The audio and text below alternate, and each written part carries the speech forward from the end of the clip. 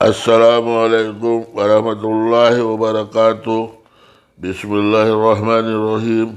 अल्हम्दुलिल्लाहि रब्बिल आलमीन वस्सलामुन अलल मुरसलीन। आप तमाम लोग अच्छे से खुश रहें। आज मैं आप लोगों के साथ मूंग दाल की भजिया की रेसिपी शेयर कर रहा हूँ। इस रेसिपी को बनाएं और इन्जॉय करें। चैनल पर नए हैं तो चैनल को सब्सक्राइब करके बेल आइकन को क्लिक कर लीजिए ताकि नोटिफिकेशन टाइम पर मिल सके। चलिए देखते हैं रेसिपी। ये हमने 250 ग्राम मूंग दाल को 5 से 6 घंटे के लिए सोख कर दिया था और उसको पानी से निकाल कर को इस ब्लेंडर में डाल करके इसको अभी हम पीसेंगे।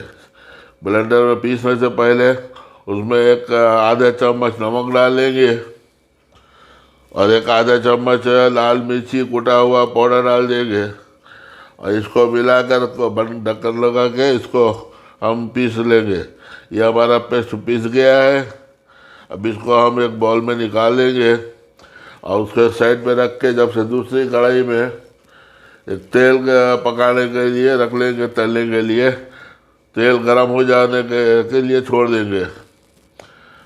जब तक तेल गरम हो रहा है हमारे इसके अंदर एक पेस्ट के अंदर एक पिंच सोडा डालेंगे। सोडा बोला तो खाने वाला सोडा, और इसे अच्छी तरह से मिक्स कर लेंगे। इससे क्या है, हमारी भजिया जो है सॉफ्ट होएगी और अच्छे बनेंगे।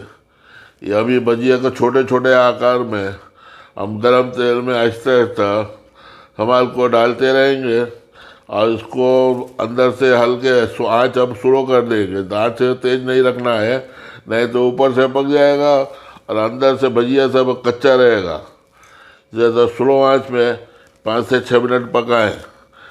आप लोग को अगर मेरी रेसिपी पसंद आ रही हो तो इसे लाइक ज़रूर कर दीजिएगा और अपने दोस्तों के साथ शेयर करके ज़्यादा से ज़्यादा जगह पे पहुंचाइएगा। देखिए अभी इसके अंदर एक तरफ से हो जाए तो इसको ऐसा झरनी की मदद से आहिस्ते से पलट लीजिए। दोनों तरफ से अच्छे से एक 3 से 4 मिनट उधर भी 3 से 4 मिनट इधर, दोनों तरफ से अच्छे से सेकिए। ऊपर से क्रिस्पी हो जाना चाहिए और अंदर से सॉफ्ट और मुलायम रहेगा। इसको सामान सब निकाल के एक पेपर उस पर प्लेट में रख लीजिए और थोड़ा ठंडा हो जाए उसके बाद इसे सर्व कीजिए। आप चाहे तो इसे ग्रीन चटनी के साथ सर्व करें या इमली चटनी का हो या टमाटो केचप के साथ हो, किसी हर चीज़ के साथ ही बहुत अच्छा लगता है। इसे मेहमानों को खिलाएं और सबको खुश करें। आप लोग मेरे चैनल को सब्सक्राइब कर लीजिए और वीडियो को लाइक ज़रूर कर लीजिएगा।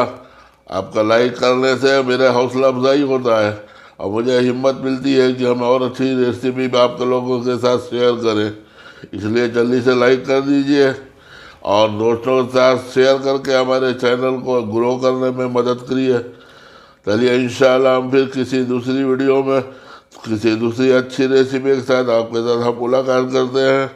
अल्लाह ताला हमको और आपको तमाम लोगों को हर बीमारियों से हिफाजत करे, हमारी हर तरीके से मदद फरमाए। अल्लाह ताला हम सबको खुश रखे, हमारी परेशानियों को दूर करे। अल्लाह ताला हमारी हिफाजत फरमाए, आमीन।